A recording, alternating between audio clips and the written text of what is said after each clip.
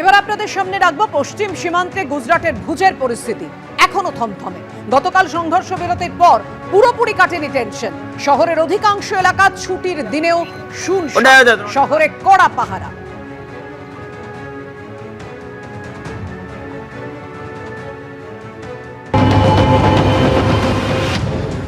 যারা এখানকার বাসিন্দারা বা যারা এখানকার ব্যবসায়ীরা তারা প্রত্যেকেই বলছেন ব্ল্যাকআউট থাকবে। যদিও আজকে এখনকার স্ট্যাটাস কি তাদের কাছ থেকে জানবো। ব্যবসায়িক সমিতি রয়েছে নক্ষত্রানা অঞ্চলে আমরা রয়েছি।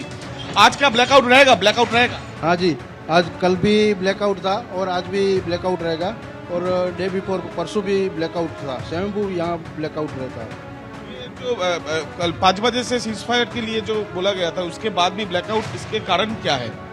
वो सीज फायर का उल्लंघन किया, फिर यहाँ से कलेक्टर का फिर जिला कलेक्टर का आदेश आया कि स्वयंभू अभी ब्लैकआउट रखने का है, तो यहाँ सब पूरा गांव में ब्लैकआउट रखा था। ক্লোজ করवा दिया টোটাল দোকান। এখন যেটা আমরা দেখলাম যে ইতিমধ্যে যেটা যারা ব্যবসায়ীরা তারাও বলছেন যে ব্ল্যাকআউটই রাখা হবে সন্ধ্যে থেকে, কিন্তু দেখা গেছে যে গতকাল বিভিন্ন জায়গাতে কিছু শব্দ শোনা যায়, সেটা জানানো হয় স্থানীয় প্রশাসনকে এবং ড্রোন দেখা গিয়েছে বলেও অনেকে জানান। যদিও এই বিষয় নিয়ে ইন্ডিয়ান আর্মির তরফ থেকে কিছু ঘোষণা করা না হলেও এই যে পরিস্থিতি যেখানে 5টা থেকে যুদ্ধবিরতির ঘোষণা এবং তারপরেও পাকিস্তানের তরফ থেকে বিভিন্ন জায়গায় সীমান্তবর্তী অঞ্চলে সেখান থেকে যে ভারতকে ক্ষতি করার যে একটা চেষ্টা, সেই চেষ্টা কিন্তু গতকালও ভারতের তরফ থেকে প্রত্যাঘাতের মাধ্যমে নষ্ট করে দেওয়া হয়েছে। কিন্তু সতর্ক থাকা হচ্ছে, যতই ঘোষণা হোক সতর্ক রাখা হচ্ছে সীমান্তবর্তী অঞ্চলের বিস্তীর্ণ জায়গায়, সেখানে আর্ম ফোর্স এবং তার সঙ্গে সঙ্গে আর্মিরা, এছাড়াও যেটা দেখা যাচ্ছে যে বায়ুসেনা এবং নৌসেনার তরফ থেকেও সতর্ক থাকছেন তারা, এমনটাই সেনা সূত্রে জানা যাচ্ছে। গতকাল দুই দেশের মধ্যে সংঘর্ষ বিরতি হলেও পাকিস্তানের তরফ থেকে ড্রোন হামলা হতে থাকে। পাঞ্জাবের অমৃতসর, সেখানে একটু একটু করে পরিস্থিতি স্বাভাবিক হলেও সেখানে ফের শুরু হয় ব্ল্যাকআউট। আজ সকাল থেকে রেড অ্যালার্ট শিথিল করা হলেও সতর্ক রয়েছেন সেখানকার স্থানীয় মানুষ।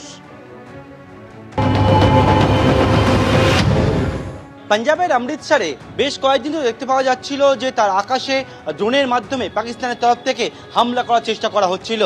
তবে গতকালকে যে সিজ ফায়ার নিয়ে আলোচনা হয় এবং তার পরবর্তীকালে কিন্তু এই সিজ ফায়ার ভায়োলেশনের ঘটনা ঘটে এবং শনিবার দিন রাত্রেবেলা পাঞ্জাবের অমৃতসর সহ বিভিন্ন যে জায়গা রয়েছে সেখানে আবারও পরিস্থিতি স্বাভাবিক হওয়ার পরবর্তীকালে দেখতে পাওয়া যায় ব্ল্যাকআউট করা হলো। তবে আজকে সকাল 5টা 15 পর্যন্ত এই ব্ল্যাকআউট থাকে। এর পরবর্তীকালে যে বিষয়টা বলা হয়েছে প্রশাসনের তরফ থেকে সেটা হচ্ছে বর্তমানে পরিস্থিতি কিছুটা শিথিল করা হয়েছে। যে নিয়মগুলো আনা হয়েছিল অর্থাৎ যে রেড অ্যালার্ট ছিল সেই রেড অ্যালার্ট থেকে শিথিল করা হয়েছে, কিন্তু স্থানীয়দেরকে যে বিষয় একেবারে অ্যালার্ট করা হয়েছে যে কোনো মুহূর্তে যে কোনো পরিস্থিতির জন্য প্রস্তুত থাকার জন্য এবং যে কোনো সময় তারা কিন্তু আবারও এই যে নিয়ম কড়াকড়ি সেটা করতে পারে, সাইরেন বাজাতে পারে, ব্ল্যাকআউট করতে পারে। তবে এই যে ব্ল্যাকআউট সাইরেন সেই সবটা আমরা যে বিষয় বলা হচ্ছে প্রশাসনের তরফ থেকে সেটা অনেকটাই তারা এখন যে পরিস্থিতি সেই পরিস্থিতির ওপর ভিত্তি করে যেটা জানাচ্ছে শিথিলতা সেটা আনছেন। তবে যে কোনো সময় যে কোনো পরিস্থিতির জন্য প্রস্তুত থাকতে বলা হয়েছে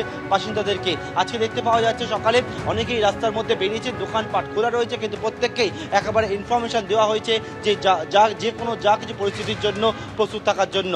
তবে এই যে জায়গায় আমরা দাঁড়িয়ে রয়েছি পাঞ্জাবের অমৃতসরে, সেখানে পুলিশ প্রশাসন সেনার তরফ থেকে কড়া যে নজরদারি চালানো হচ্ছিল সেই নজরদারি অব্যাহত রয়েছে।